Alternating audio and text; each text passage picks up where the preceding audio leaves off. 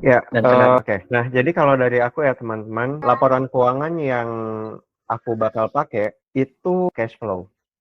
Alasannya kenapa? Karena kalau dari sebenarnya ini agak subjektif juga ya. Karena kalau aku cek, kalau misalnya income statement, laba itu sebenarnya bisa menipu.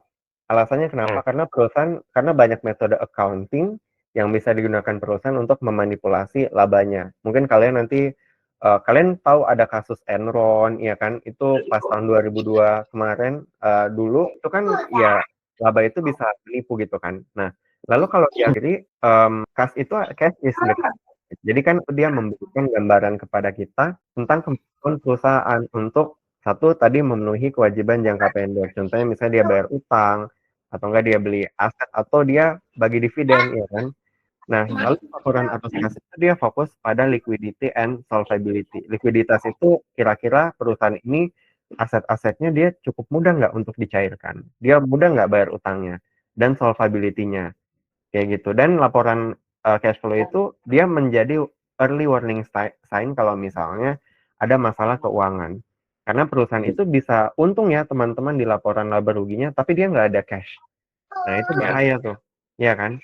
Jadi itu bisa merambat kemana-mana itu.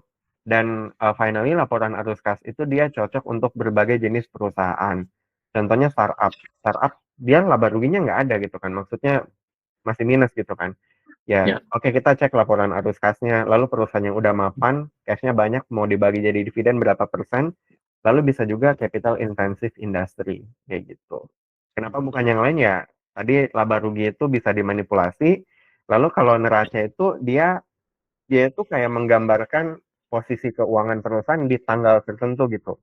Tapi ya, ya nggak komplit gitu. Jadi ibaratnya kalian kalian pengen lihat video tapi cuma dikasih foto gitu kan. Nah itu kan kurang ya. menggambarkan apa yang terjadi setelah itu dan sebelum itu. Tapi Kayak gitu benar ya, loh. jadi poin yang tadi disebut kalau di perusahaan apapun yang namanya bisnis itu cash is king ya. Ini kita harus pahami ya bahwa yang namanya bisnis ya kita ini nggak bisa operasional jalan, bayar vendor, bayar-bayar segala macam, kemudian menjalankan marketing, bahkan untuk menggerakkan sales itu semua butuh cash. Jadi kalau misalnya dari antara tiga laporan keuangan tadi itu bagian cash flow itu yang sebenarnya paling vital ya untuk melihat sebenarnya aliran cash-nya itu seperti apa kayak gitu.